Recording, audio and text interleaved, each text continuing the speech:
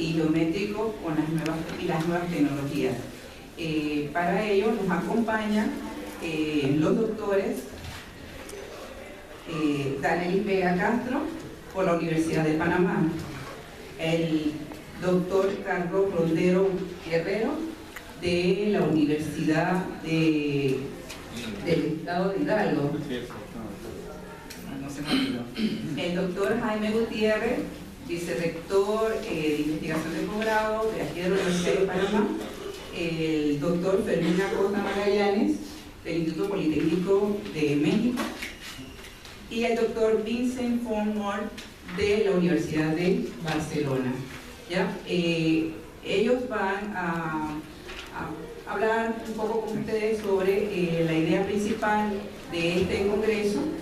Ellos en la primera ronda pues van a hacer sus presentaciones y al final entonces vamos a abrir el paréntesis para el periodo de preguntas o inquietudes que tengan ustedes sobre alguna de los planteamientos de los doctores. Así que, sin más preámbulos, vamos a iniciar. Para ello, en primer lugar, encontré algo sobre el pensamiento. ¿Qué es el pensamiento? El pensamiento es aquello que existe a través de la actividad intelectual. Se trata del producto de la mente nacido de los procesos racionales del intelecto o de las abstracciones de la imaginación. El análisis, la comparación, la generalización, la síntesis y la abstracción son algunas de las operaciones vinculadas al pensamiento que determinan y se reflejan en el lenguaje, específicamente en el lenguaje matemático. Esto se lo presento y se lo dejo aquí abierto para empezar nuestra mesa redonda. Queda con usted la doctora Danelis Vega Castro. Muy buenas tardes. Muy buenas tardes, distinguidos en la mesa principal, compañeros, profesores, todos. Para mí es un honor estar aquí compartiendo con ustedes y le doy un más sincero agradecimiento también al comité organizador por esta oportunidad que me ha concedido.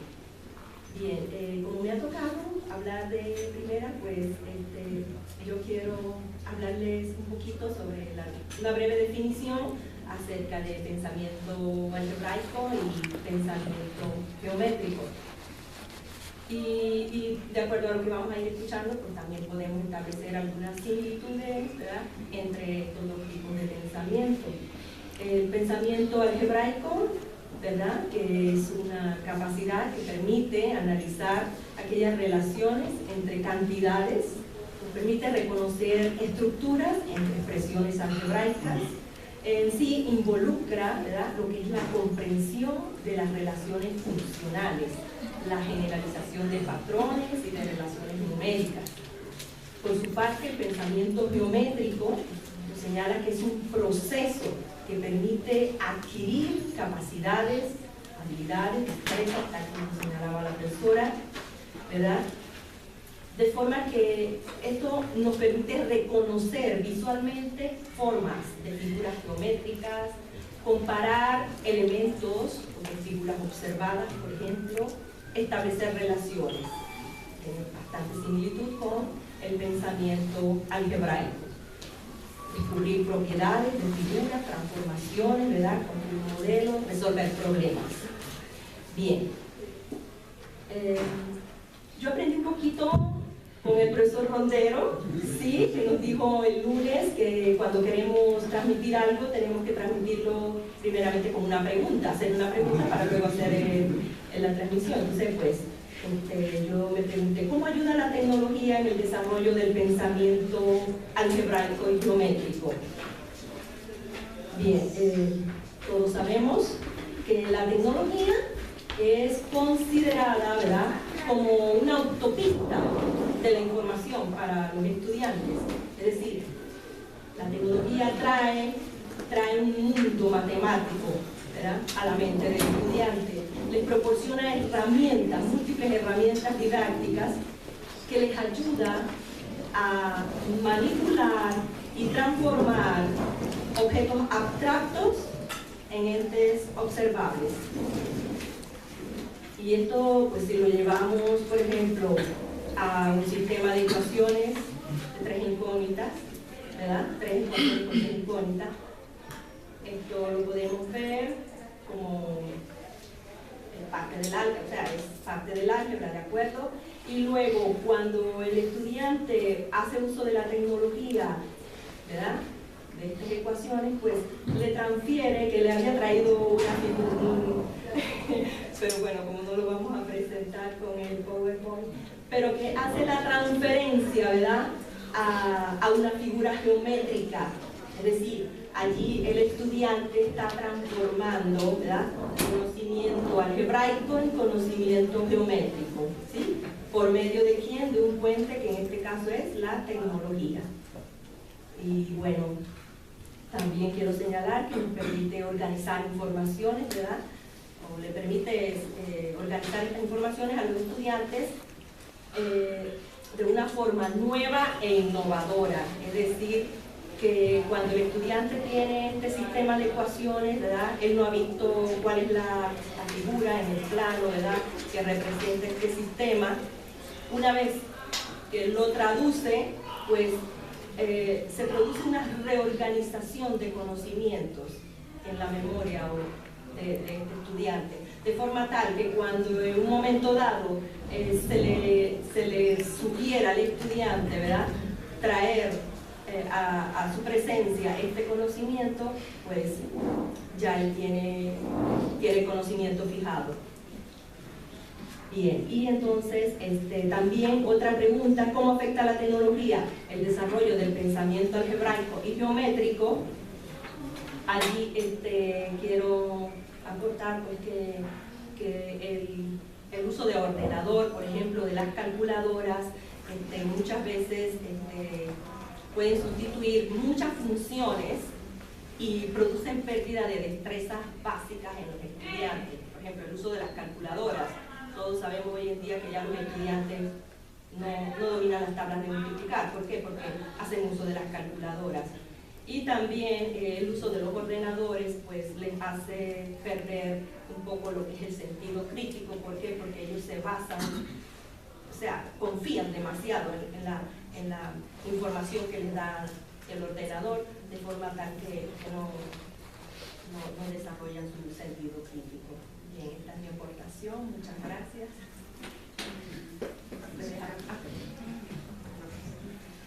Bien, muchas gracias, profesora Danelis.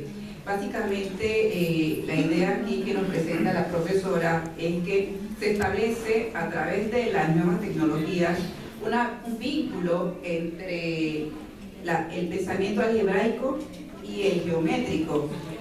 El pensamiento algebraico, algo abstracto, es llevado a través de las nuevas tecnologías, dígase, algunos programas lo llevan a una forma concreta y dándole forma a ese pensamiento. También la profesora manifiesta que así como ayuda, también de repente limita, porque cuando nos volvemos dependientes de las nuevas tecnologías, puede ser que se pierda algo en el camino, como lo que es el pensamiento crítico. Básicamente creo que es lo que la profesora nos ha manifestado. Bien, ahora le toca el turno al doctor Carlos Londero Guerrero. Gracias, buenas tardes. Gracias por su presencia, su paciencia, su participación en esta actividad de todo el Congreso. Estamos cerrando. La primera cuestión que quisiera resaltar es que a mí me parece que este tipo de eventos, particularmente una mesa de esta naturaleza, estrictamente es una mesa de debates. Claro, como siempre tenemos limitaciones de tiempo, de espacio, de dedicación, pero resalto esta parte del debate porque es un elemento que a mí particularmente me parece muy significativo, muy importante, de que se dé en el medio educativo, en el medio académico. Aunque por desgracia, según mi punto de vista, ocurre que es poco lo que se debate las ideas. Las ideas Desgraciadamente, a pesar de que nuestras universidades e instituciones educativas pues son para difundir la cultura, para preservar la misma cultura y para desarrollar la educación como tal, pareciera que en ocasiones hay una especie de autorrepresión de que las ideas no se tienen que debatir, y es todo lo contrario. El conocimiento, como todo el mundo sabemos, siempre está en continua transformación, en continua construcción. Entonces, ¿por qué no también propiciar en el aula misma de matemáticas con los estudiantes la posibilidad de debatir las ideas? Yo creo que en la medida que ese tipo de actividades las promoviéramos en el aula y en las universidades y en el sistema educativo en general de nuestros países, creo que traería una serie de consecuencias adecuadas para estar rompiendo con una serie de conceptualizaciones a veces muy restringidas y que no nos permiten en ocasiones avanzar.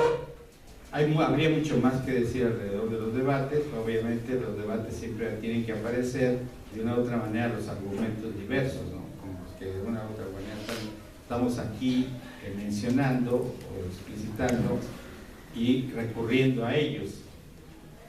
Cuando se modifican los argumentos, pues evidentemente, cuando se van estructurando diferentes argumentos, el pensamiento también va sufriendo ciertas, no es en automático, ¿no?, pero va sufriendo diversas reestructuraciones.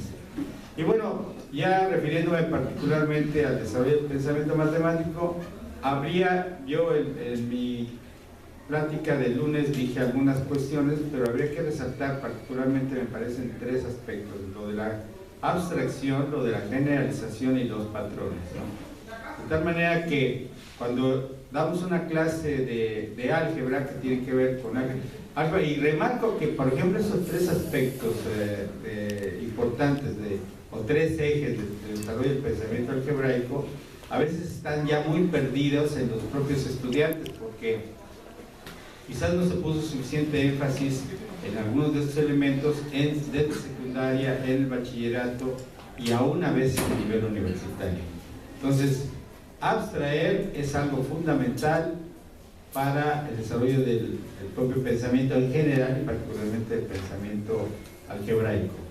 De tal manera que ese tránsito entre lo concreto y lo abstracto, donde ahí pueden jugar un papel o juegan un papel las tecnologías, ese tránsito es fundamental. Que también se tiene que ver reflejado de una u otra manera en el tránsito que está a veces muy perdido, desgraciadamente, entre el pensamiento aritmético, numérico y el pensamiento algebraico. El tránsito entre la aritmética y el álgebra, que a veces se ve reflejado otra vez en las conceptualizaciones de los propios estudiantes, ¿no? Les parece, y eso muchos estarán de acuerdo conmigo, les parece a veces que cuando se está trabajando con álgebra no hay nada que ver con aritmética, o con geometría inclusive, o después con cálculo. Entonces, ese tipo de cosas que se van dando a través de los años y se van dando en los diferentes niveles educativos, pareciera que no hay nada que hacer, y yo lo que al revés, yo llamo la atención al respecto, digo, hay mucho que hacer. El profesor en el aula tiene mucho que hacer al respecto, por ejemplo, concretamente ese tipo de tránsitos entre la aritmética, el álgebra, en las dos direcciones, ¿no? El pensamiento numérico, el pensamiento algebraico, y entre lo concreto y lo que es propiamente la abstracción. Remarco un detalle: cuando a veces se les dice a los estudiantes, por ejemplo, yo en un curso de precálculo, que es el primer semestre de licenciatura, les hablo algo de la abstracción, pareciera que nunca los estudiantes hubieran oído hablar de la abstracción, y les da como una especie de terror psicológico cognitivo de decir, ¿y por qué tengo que yo meterme a la abstracción? Si mi pensamiento siempre es concreto, pues no puede ser, ¿no? El hombre mismo siempre requiere de la abstracción, ¿no?, para poder avanzar en muchos aspectos. Y así como eso, está la cuestión de la generalización. Por poner un caso también, nos ponemos a ver la diferencia de cuadrados, digo, más bien el binomio al cuadrado, perdón, o el binomio al cubo, y pareciera que es prohibitivo trabajar con el binomio A más B, digamos, a la N, ¿no? Entonces, para desarrollar el binomio de Newton, y eso, igual pareciera que los estudiantes dicen, pues yo lo único que aprendí es el binomio al cuadrado y a lo más el binomio al cubo. Pero no me pregunten ni el trinomio al cuadrado, y menos el trinomio al cubo, o menos el binomio a la potencia n entero positiva. Esas cosas que, insisto, se van quedando en el aula y en el profesor, en las conceptualizaciones del profesor y luego en los estudiantes, y parecen inamovibles. Yo lo que digo, al contrario, hay que buscar romper ese tipo de trabas en la práctica misma para abrirles a los estudiantes otro tipo de pensamiento, incluyendo esto que ya ha aparecido y aparece muchas veces, que es el pensamiento crítico, ¿no? Y de tal manera que si no involucramos el pensamiento crítico, pues otra vez nos quedamos restringidos a una serie de actividades y de formas de actuar que son inoperantes. Y por último, bueno, hablaba yo de los patrones. Los patrones numéricos, geométricos son fundamentales en toda la matemática y particularmente en el aprendizaje del álgebra, cada que sea necesario, y hay que propiciar actividades donde se pongan en juego los patrones. Y por último, resalto, porque tenemos poco tiempo, para ese debate que debieran ser de 2 horas a 3, ¿no? donde todo el mundo participáramos. El otro elemento que me parece fundamental es, y que se nos olvida, hay que involucrar aspectos históricos en el aprendizaje de las matemáticas, que se dice fácil, porque desgraciadamente, por ejemplo, si vamos a hablar de álgebra, pues el álgebra, decir algo al menos elementos tan generales como el hecho de que pues, fueron trabajados el álgebra por los árabes, la cultura árabe lo desarrolló en gran parte, que el álgebra es una palabra que viene del árabe, que álgebra tiene que ver con cuestiones de equilibrio, que luego transita el álgebra hacia Europa, siglo más o menos XVI, si no me recuerdo mal, 15, entre 15 y 16, se van dando unas grandes algebristas, etcétera, etcétera. Y eso trasciende el álgebra al desarrollo, el desarrollo propio del álgebra trasciende a cuántos siglos, para que tengamos ahora en el siglo XXI estudiantes de 13, 14, 15, 16 años que tienen que aprender álgebra. ¿Por qué? Porque es parte de la cultura universal, es parte de la obra del hombre, de la obra humana, y no podemos dejar de ver eso. Involucrar esos aspectos algebraicos para darle sentido, contexto y significación a lo que se está trabajando el propio álgebra. Muchas gracias. Espero para Bien, el profesor va a esperar su segunda vuelta, que es cuando ustedes van a participar, haciendo preguntas. Haciendo un resumen de lo que hablaba el profesor, él recalcó 3 aspectos muy importantes, como son la abstracción, la generalización y los patrones. Hablaba básicamente de la dificultad que existe en cuanto a nuestros estudiantes, que les cuesta mucho el asunto de llevar lo concreto a la fase de lo abstracto. Una cosa muy importante que también dijo el profesor es que cuando damos los temas nos olvidamos de la historia. ¿Por qué están los temas ahí? ¿Cuál es el significado? Los conceptos matemáticos no salen por generación espontánea. Siempre hay alguien que estudió eso, y qué lástima que solamente nos dediquemos a enseñar esa parte y no ver la parte histórica del concepto, ¿no? Eso es bien importante, ¿no? El asunto de la generalización. De repente nuestros estudiantes aprenden una cosa y no son capaces de llevar y generalizar el concepto. Es bien importante todo lo que dijo el profesor en cuanto a este tema. Así que, bueno, esperemos la segunda vuelta para que ustedes puedan hablar con el profesor un poquito más sobre eso. Bueno, ahorita le toca el turno al doctor Jaime Gutiérrez. Buenas tardes a todos. Quiero agradecer al comité organizador por la invitación, también por el problema que me han metido, porque estar aquí con estas autoridades y hablar sobre este tema no me va a resultar nada fácil, sobre todo porque la experiencia que yo tengo como docente universitario está un poco alejada de la temática, no de la matemática, pero sí de la temática, y voy a aprovechar entonces la experiencia que yo conté aquí el lunes sobre GeoGebra en pista, para apoyar un poco lo que yo tengo que